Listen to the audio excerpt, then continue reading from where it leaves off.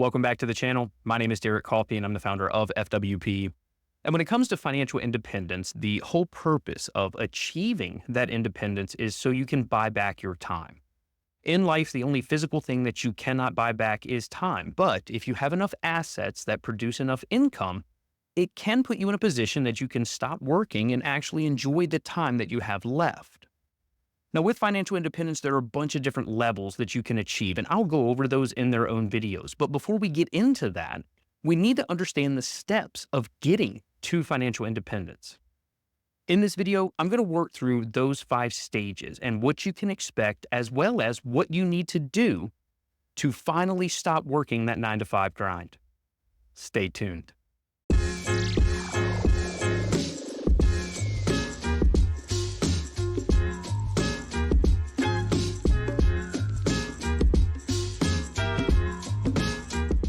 The financial independence formula is fairly simple. If you have more money coming in from your assets than you do money going out for your expenses, then you are financially independent. For a lot of people, this is retirement, and it could be retirement in the traditional sense where you work until age 60 or 65 and then finally call it quits, or you retire early where you spend just as much time retired as you did working. But regardless of the age at which you plan to retire, we're all going to work through these same 5 stages on our way to financial independence. The first stage is all about financial dependency. And what I mean by this is that you are completely reliant upon the job that you work to pay all of your bills. Now, throughout this process, you're going to be financially dependent to some extent because you don't have enough assets to pay for your living expenses. But in stage 1 specifically, you are 100% reliant on the job that you have to maintain your lifestyle. Now, there are 4 points that kind of characterize what stage 1 is. The first of which is you live paycheck to paycheck.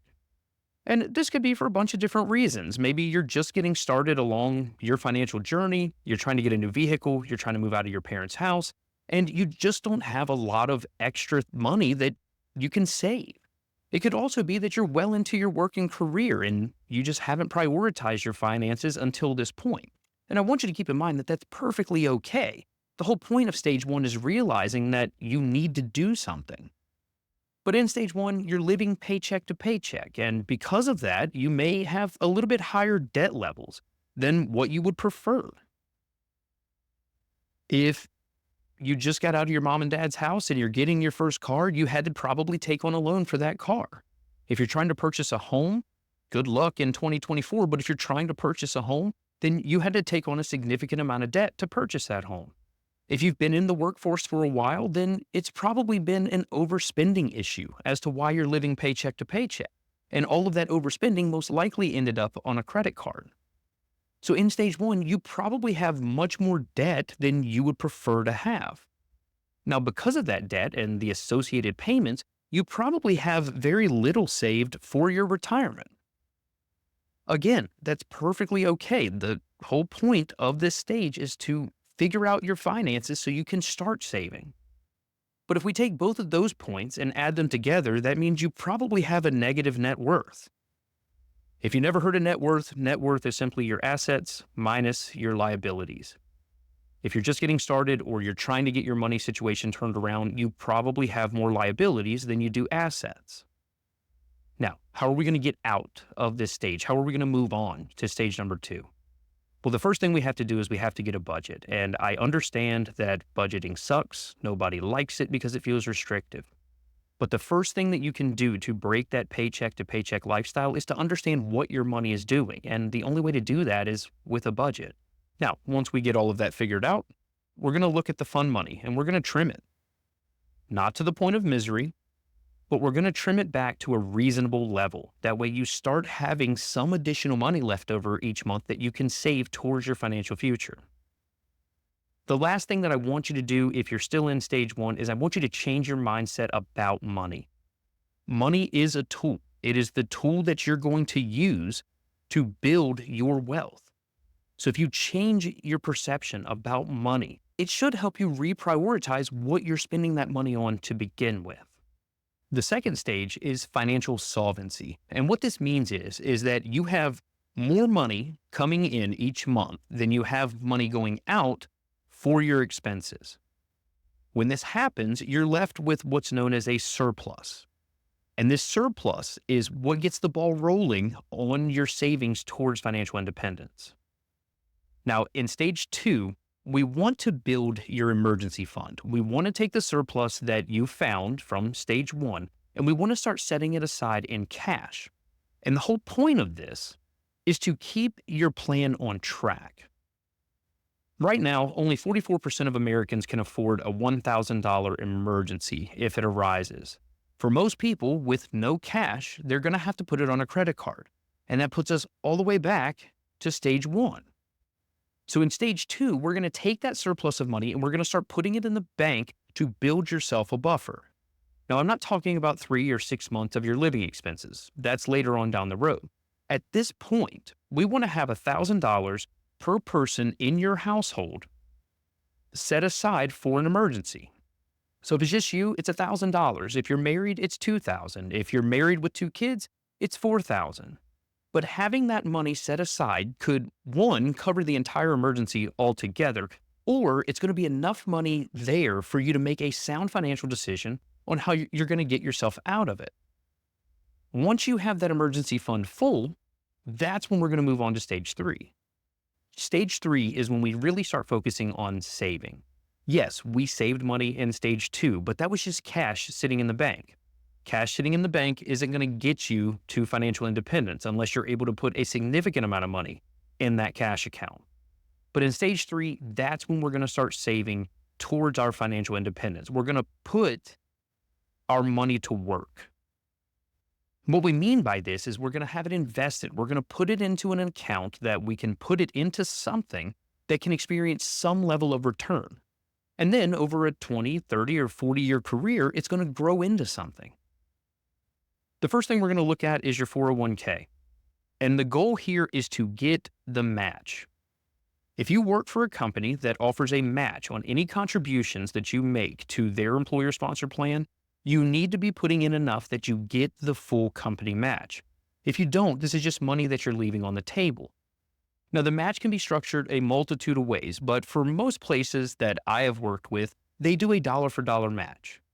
So let's say you made $50,000, and the company you worked for offered a 5% dollar-for-dollar match. If you put in 5% or $2,500, then your employer is also going to put in $2,500. So that's going to be $5,000 that's going in to your 401k for your financial future. If you're able to receive a 7% rate of return over 30 years, that $5,000 is going to turn into $489,242.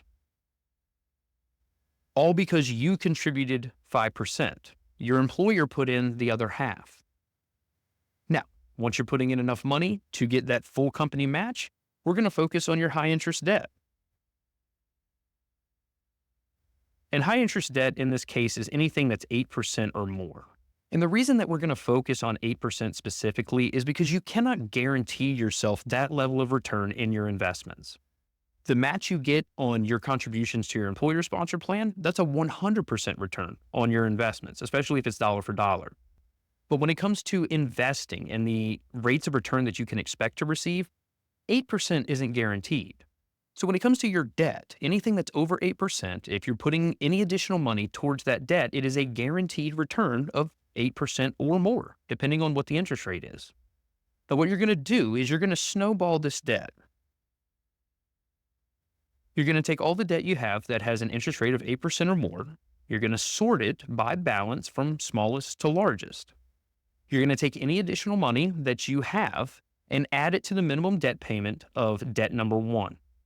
Once that debt's paid off, you take all of the money you were putting towards it, add it to the minimum payment of debt number 2. And you do this until all of that debt is gone. What I want you to understand is that debt equals stress. If you know that you owe someone money and you actually care about paying people back, debt equals stress. Just knowing that it's hanging over your head is going to cause you some level of stress. So getting rid of that high interest debt specifically is not only going to alleviate stress, but it's also going to help you save on the cost of borrowing that money. It's going to help you save on the interest that you owe. Once you're setting aside enough money to get your full company match and you've paid off all of your debt with an interest rate of 8% or more, you're ready to move on to stage 4, and that's when we start storing money. What I mean by storing money is that you're making a concerted effort to save as much as you possibly can to achieve financial independence. Unfortunately, saving $5,000 a year at a 7% rate of return for 30 years just isn't going to be enough for you not to have to rely on other sources of income to pay your bills. Now, the one thing I want you to keep in mind about stage 4 is it is going to be the longest stage. This is where you're going to spend a majority of your time, at least for most people. And the reason that is because there's no magic pill or magic investment that's going to explode your invested accounts to the point you no longer have to work. It takes time and dedication to build up the level of assets required for you to be financially independent. So you're contributing to get the match, you've paid off the high interest debt. The next thing we want to look at is the Roth IRA. Now, the Roth IRA is subject to income limitations, but for most people that watch my content or get value from it, they're not going to have to worry about those income limitations. So if that is the case, you're going to match your Roth. And in 2025, if you're under the age of 49, the maximum that you can contribute is $7,000. If you're age 50 plus, the maximum you can contribute is $8,000. And the reason that we want to focus on the Roth IRA specifically is due to taxes. The Roth IRA gives you the opportunity to diversify your taxes in retirement. You put the money in, it grows tax-free just like the 401k, but the difference is when you withdraw the money in retirement, it comes out tax-free. All of the money that you put into a pre-tax account, you're probably going to pay taxes on at some point. But with the Roth IRA, as long as it's been open for at least 5 years and you're age 59 and a half, you can withdraw that money tax-free. But just how much money can this grow into? Well, if you're contributing $7,000 a year or $583 per month, and you get a 7% rate of return over those 30 years, you can build yourself a tax-free nest egg of $685,645. If we add to that the 5% to your 401k and the 5% match that you were getting from stage 3, you're going to have an additional $489,242. And if we add all of that together, you have $1,174,000 in those invested accounts. Now, depending on your lifestyle, this may be enough to where you no longer have to work. But if you waited a few years to get a handle on your money, you may not have 30 years left to build this next egg. If that's the case, we're going to start looking at other accounts. The first one we're going to look at is a health savings account. The beauty of this account is it's triple tax-free.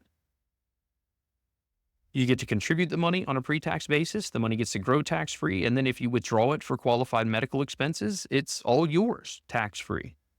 The issue with the HSA is it's not always going to fit everyone's plan. You have to be on a high deductible health plan to be eligible for an HSA. So if your health situation dictates that you need to be on a silver or a gold level plan, then the HSA is not going to be an option for you. If that's the case, then we're going to look back to the 401k. With the 401k, if you're under the age of 50, the maximum you can contribute is $23,500. If you're over the age of 50, you can contribute $31,000. And then in 2025, if you were between the ages of 60 and 63, you can contribute $34,750 to your 401k for your retirement. This is a new addition thanks to the Secure Act, but if you are in that final stretch and you're trying to get caught up on your savings, this gives you an additional $11,250 that you could put in if you're between the ages of 60 and 63. Now, what I do want you to keep in mind is that you are building a pre-tax pool of money, meaning when you take the money out, you're going to have to pay taxes on it. But if you are running short on time, I don't care as much about taxes. I want you to hit your financial independence number. And that's what leads us into stage 5. The fifth and final stage of your financial independence journey is financial independence. You've been set free from the constraints of working a 9-to-5 job. Now, you can continue working if you would wish, but you mathematically do not have to. But how do you know what your financial independence number is? Well, if you can take 4% of your invested assets out each year as income, and it be enough to cover your living expenses, then you are financially independent. Now, for some people, you're not going to have invested assets. You're going to have rental properties or some other types of investments. But as long as the income that's coming from those investments cover your living expenses, then you're financially free. Now, the odd thing about stage 5 is you do need an idea of what that could look like to guide how much you need to be saving towards your financial independence. It's one of the weird things about financial planning and saving money in general is you typically have to reverse engineer everything just to have an idea of what path you need to take.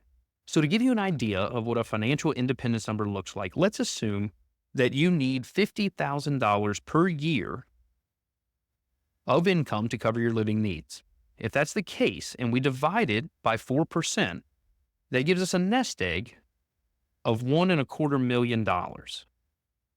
If you needed $60,000 a year, that's $1.5 million. If you needed $80,000 a year, it's $2 million. And we come up with that by taking that income need and dividing it by 4%. Now, you may be wondering, how do I get there? Well, we've already been over that if you put in 5% to your 401k and you get the match of 5% and you max a Roth, then over a 30-year time frame, you're going to have $1.17 million saved up. You're only $80,000 away. Now, if you need to hit $1.5 million, you're going to need to add $215 per month. So out of your cash flow or that surplus cash flow, you need to find an additional $215 to save somewhere, whether it's the HSA account, whether you put it in your 401k or you put it in another type of account. But it's still $215 a month additional to get that $60,000 of income. Now, if you want to be at the $80,000 per year range, then you're going to need to make it up to the $2 million. That's going to cost you an additional $700 per month. But knowing this number first is what's going to help you know how much money you need to save. Now, the other thing that I want to point out to you about this is that you also want to focus on reducing your expenses. Again, we're not reducing them to the point of misery, but the more stuff that you can pay off, the less money you have to have saved. Why is that the case? Well, when it comes to saving money and income that you're going to need, $1 equals $300 in an invested account. Why is that the case? If you take $300 and you multiply it by 4%, that's $12 per year. We divide that by 12, that's $1 per month. So for every dollar of needs-based spending that you can get rid of before you hit financial independence, that's $300 less that you have to have saved. So what does that look like? Well, if you're able to lop off $500 per month, meaning you pay off a vehicle or you pay off a credit card, that's going to save you $150,000 of invested assets that you have to build up. $1,000 a month, $300,000. And this goes on and on and on. So for every dollar of spending that you can get rid of before you hit financial independence, that's $300 less that you have to have saved. So understand that if you're working this from both sides, where you're saving money, but you're also getting rid of expenses, that's going to get you to financial independence even faster. Achieving financial independence is no small feat. It takes time and dedication to build yourself a pool of assets that will sustain your lifestyle. But if you're able to delay the gratification of the nicest and newest objects, and you're able to forget about what everyone else around you is doing, you can put yourself in a position that you can buy back your time. It's the most valuable thing you own. So if you can put your efforts into something that is the most valuable, you may as well do it. I want to thank you so much for tuning in. If this video or any of the other videos that we've put out has provided you value, then hit that subscribe button. If you're on your own path to financial independence and there are tips or tricks that you think would help people along their path, feel free to drop them in the comments. But I thank you so much for tuning in. I'll talk to you soon.